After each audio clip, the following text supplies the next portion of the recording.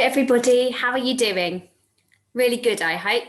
Well, this week I'm going to be doing your English with you. Now, last week you were working with Miss Cox on fact files. Can anyone remember what we call fact files, information texts? They've got a special name. Wonder if you do.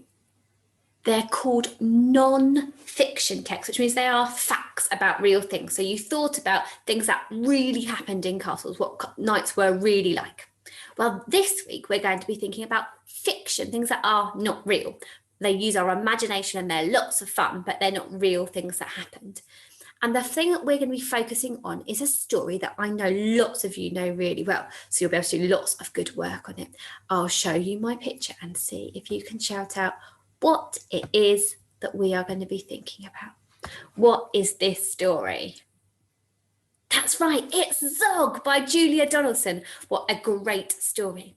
So what we're going to be doing is we're going to be reading little bits of the book at a time, and then I'm going to give you a little job to do based on it, and then we'll read a little bit more the next day and it should build up. So we've read the whole story, a little bit like we sometimes do in class when we're reading different storybooks.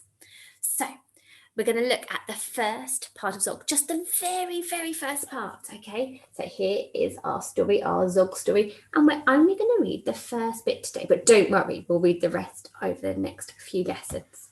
So here is Zog. I love a bit of Zog. Here is our story. Move it so you can see it all. Can you see the pictures? There they are. It's a brilliant picture, isn't it? I love it. Where are all the dragons? Where are all the dragons? That's right. If you've read it or heard it before, they're at dragon school. There's their dragon teacher. They've got a blackboard, not like our whiteboards. And there they are, all listening to their teacher. And their teacher is holding something really, really special. She's holding some gold stars. And if you've had the story before, Zog really, really wants a gold star. They don't have dojo points, but they do have golden stars. So this is what the first part of the story says.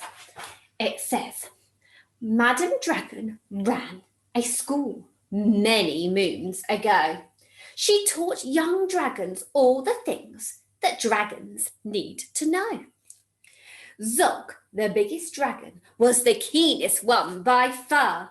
He tried his hardest every day to win a golden star. And that is actually all we're going to read today. We're going to be thinking about these different dragons here and using our imagination, because we're doing some fiction writing, thinking about dragons.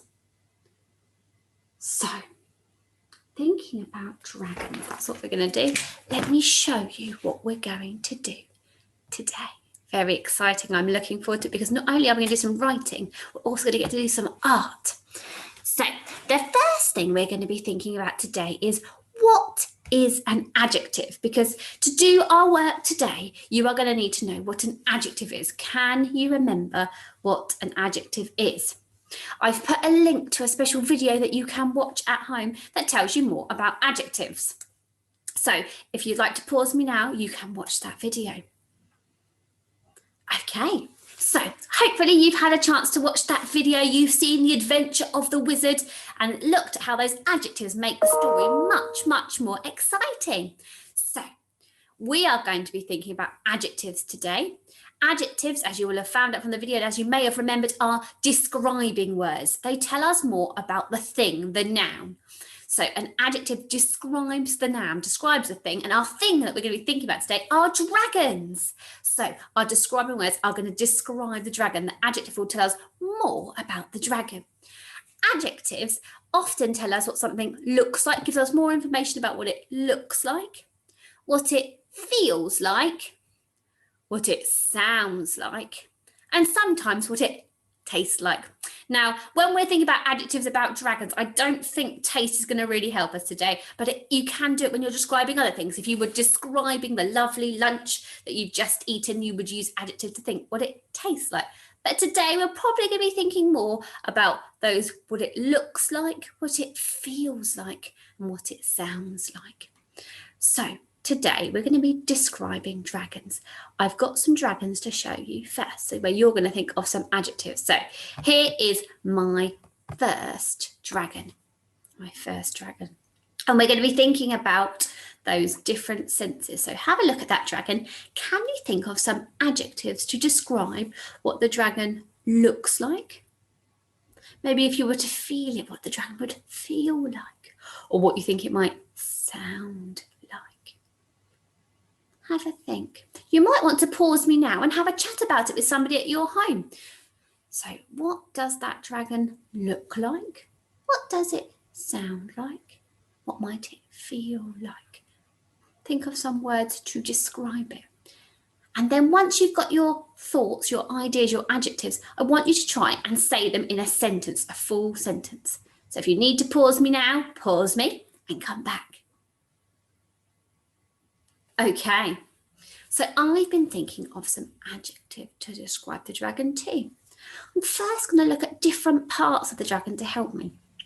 So I'm going to describe the dragon's eye. Look at that eye. So I've been thinking about words to describe the dragon's eye. That dragon's eye is quite shiny. That's an adjective. It's shiny. I can also look at the colour it is. It's a yellowy orange colour. I'm going to stick with yellow. So it's a shiny yellow eye. So when I write that in a sentence, when I say that in a sentence, I might say the dragon has a shiny yellow eye. Now, dragon is a tricky word that you're going to need today. It's also a really good word to learn how to spell because dragon is tricky, really, really tricky. But we know that your brains are getting bigger and bigger every day, so it's good to have a challenge. So I'm going to write the word dragon here, and I want you to have a look at it. It's a bit tricky to write with my special pen, but I'm going to give it my best shot. So it's got the D, R, A, G. Ooh, very tricky. On, drag on. So we don't write dragon, we write dragon. Okay, so dragon. So the dragon has a shiny yellow eye. The dragon has a shiny yellow eye. When I write that in my sentence, I'm going to think about what makes a really good sentence. So what sort of letter do I need to start my sentence? What sort of letters do we always have at the start of a sentence? I hope you've said, Miss Brown, a capital letter. A capital letter. You did some kung fu punctuation last week with Miss Cox. So that kung fu punctuation, a capital letter for the. So a capital T, the. The dragon, there's that tricky word. I'll make sure I'm spelling it right. The dragon has a shiny yellow, and eye is a very tricky word as well. Very strange. The dragon has a shiny yellow eye. Fantastic. Is my sentence finished? I hope you're shouting, no, Miss Brown, it is not finished. You need to have a full stop. And again, with your kung fu punctuation hand, you might be doing the action for me. The dragon has a shiny yellow eye. I'm then going to look at the dragon again. What else does the dragon have? It has a shiny yellow eye. But what else does it have? I wonder what you said. I quite like these spikes on its head. They look quite sharp. And I love the fact it's rainbow coloured. So I'm going to think that this is a girl dragon. So I'm going to write she to start my sentence. She has rainbow spikes. She has rainbow spikes. Fantastic. And there's my full stop. She has rainbow spikes. And I could keep going on. I could look for more things I noticed about my dragon. But I'm not going to stick with this one because I've got another dragon for you to have a look at. Have a look at this one. This one is a bit more fierce. Have a look. Oh, look at that dragon. Oh, that was a good adjective I used. Fierce. It is a fierce looking dragon. So I want you to talk to somebody near you about this dragon. What adjectives can you think of to describe this dragon? Might be what it looks like. Might be what it sounds like. Might be what it feels like. I know how I feel when I see it. Might use an adjective to describe the thing. The fact that it makes me feel a bit funny too. So if you need to pause me now and have a chat about this dragon here. Okay. Have you thought of some adjectives to describe this dragon? You might have thought of red. It is the colour red. It definitely is. You might have used my really good adjective. I thought of the fierce one. It's a scary dragon. It's very scary. It makes me feel a bit worried. You might have looked closely at its nose and seen the smoke coming out of it. It's got billowing smoke, billowing white smoke coming out of its nostrils. Oh, you might have looked closely at its feet there and those sharp, pointy claws. Look, sharp, pointy, all adjectives. Sharp, pointy claws. You might have looked closely at his eyes. His eyes are quite squinty and pointed. You might have looked at these gigantic wings here. They're huge. They're colossal red wings. So I'm going to write another sentence about this dragon here. And this time I'm going to try and use more than one adjective. I might even give myself a challenge and try and think of a conjunction. One of those conjunction words we were thinking about, that and, but, so, because, to join my sentences together to make them a bit longer, a bit more detailed. So here I go. I'm going to write a sentence about this dragon. So I'm going to start it this, with the word this dragon. This dragon, that tricky word, dragon. This dragon has giant red wings. Giant red wings. And trying to use that conjunction, this dragon has giant red wings and what shall I describe next? And I'm going to go back to those claws. Sharp, pointy claws. Instead of a full stop this time, because it's quite a scary sentence, I'm going to use something different. Can you remember what we can use at the end of our sentence? There isn't a full stop to show us the end, but it can be when it's a bit scary or sometimes a bit loud. What is that bit of punctuation? That's right, it's an exclamation mark. Ooh, this dragon has giant red wings and sharp pointy claws. Oh, I'm feeling a little bit nervous about this dragon. Giant red wings and sharp pointy claws. Oh, very, very scary. Okay, I'm going to show you another dragon. This time, I want you to come up with a sentence straight away. So have a look at it, say a sentence. Here we go. This one. Oh, this one's not quite so scary. What's special about this one? What adjectives can you use to describe this one? Can you say a sentence about this dragon? Ready? Tell the person next to you a sentence about this one.